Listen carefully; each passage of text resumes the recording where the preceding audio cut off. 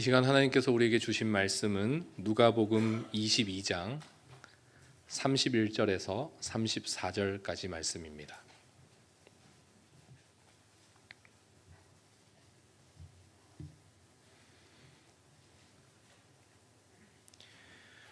신약성경 135면 누가복음 22장 31절에서 34절까지의 말씀입니다. 저와 여러분 한 절씩 교독하도록 하겠습니다. 시몬아 시몬아 보라 사탄이 너희를 밀가부르듯 하려고 요구하였으나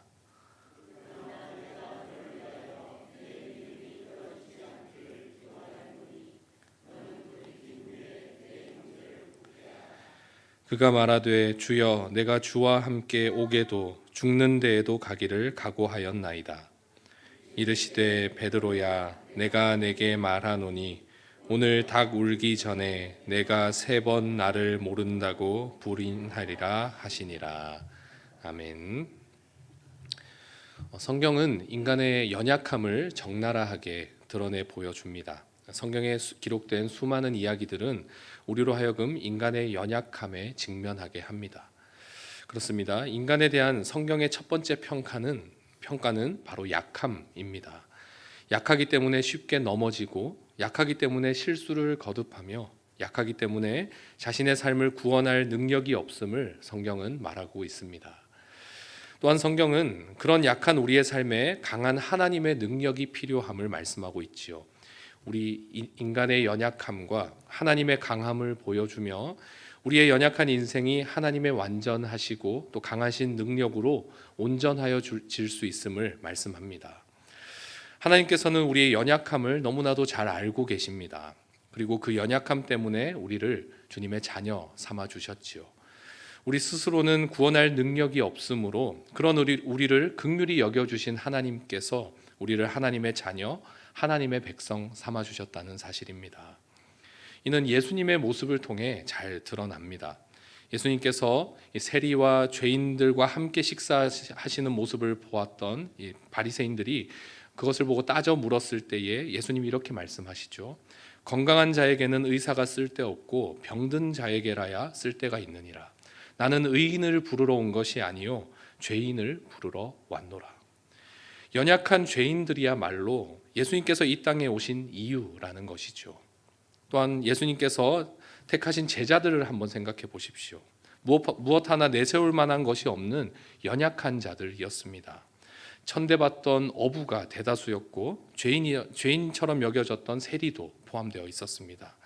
세상에서 인정받고 사람들의 존경을 받으며 능력과 권력을 가진 사람은 단 한 사람도 없었습니다. 예수님께서 밤이 새도록 기도하여 세우신 이 12명의 제자가 이토록 보잘것없고 연약한 자들밖에 없다라는 것을 볼 때에 의인이 아닌 죄인을 위하여 오신 예수님, 병든 자를 치유하기 위해 오신 예수님, 고아와 과부, 세리와 죄인들의 친구로 오신 예수님의 모습을 우리는 더더욱 느낄 수가 있습니다. 그렇습니다. 주님께서는 우리의 어떠한 능력이나 업적을 보시고 우리를 자녀 삼아 주신 것이 아니라 우리의 연약함을 긍휼히 여기심으로 인해 우리를 택하여 주셨습니다. 이것이 바로 은혜이죠. 자격 없는 우리가 하나님의 긍휼하심으로 나음을 입었다. 그 어떤 힘과 노력으로도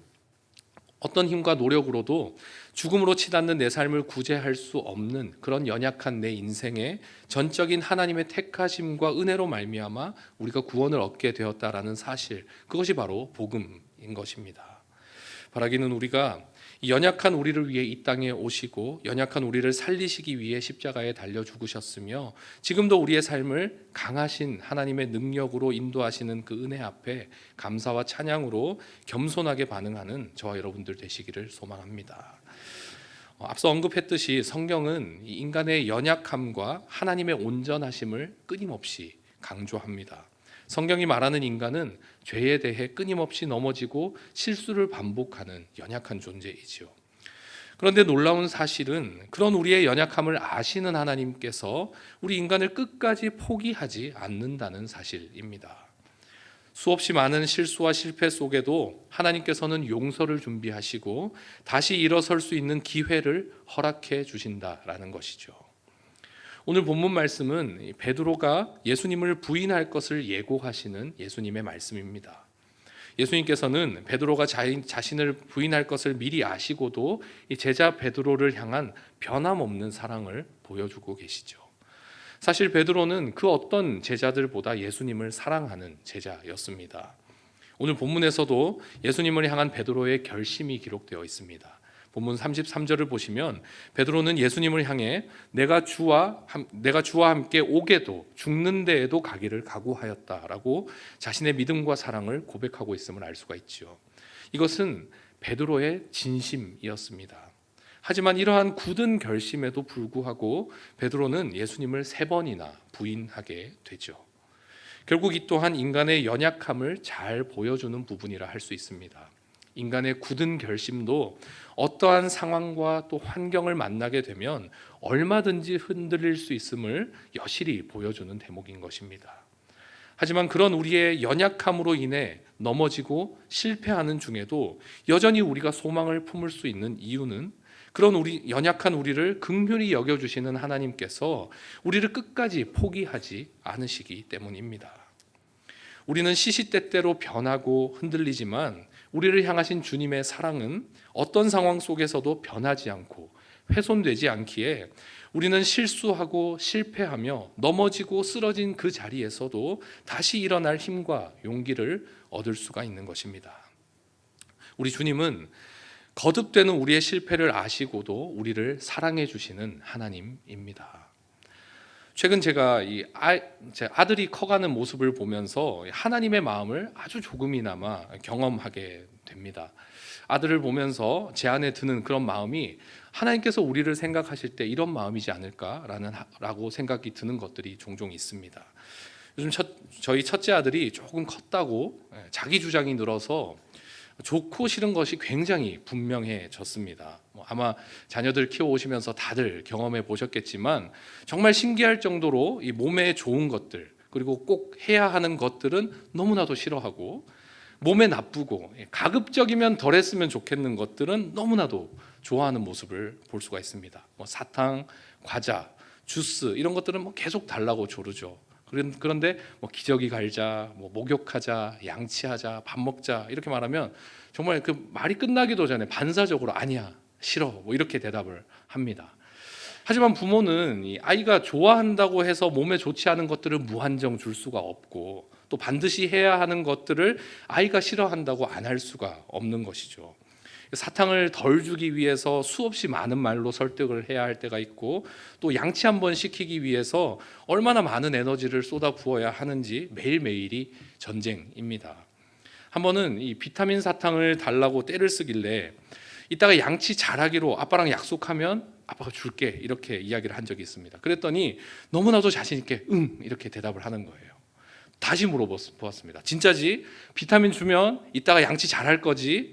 이렇게 묻자 더 크게 응 이렇게 대답을 하는 거예요. 그리고 기대감이 가득 찬 눈으로 저를 바라보는 것입니다. 저는 잘 압니다. 지금 이 아이가 굳은 결심으로 아빠에게 대답을 하고 있지만 먹고 돌아서자마자 그 마음이 변할 것이라는 것을 저는 잘 알고 있습니다. 비타민 사탕을 먹고 나면 또다시 양치하기 싫다고 장난치며 도망갈 것을 저는 너무나도 잘 알고 있어요. 그런데도 그 순간 그 아이의 결심을 믿어주는 것입니다. 왜냐? 사랑하기 때문이죠. 그래, 지금은 당연히 안 되겠지만 하루가 지나고 이틀이 지나고 아이가 조금씩 자라게 되면 조금은 더 나아지겠지, 하루만큼 성장하겠지, 내일은 더 낫겠지 하는 마음으로 택도 없는 그 결심을 믿어주는 것입니다. 내일 또다시 이런 상황이 오면 저는 또 아이를 믿어주겠죠. 모레 또다시 그런다고 해도 저는 아이가 자신의 결심을 지킬 수 있는 그 기회를 또 줄 것입니다. 실패할 것을 뻔히 알고 있으면서도 끝까지 기다려주고 믿어주고 기회를 주는 것이죠. 어쩌면 우리를 향한 하나님의 마음이 이와 같지 않겠습니까?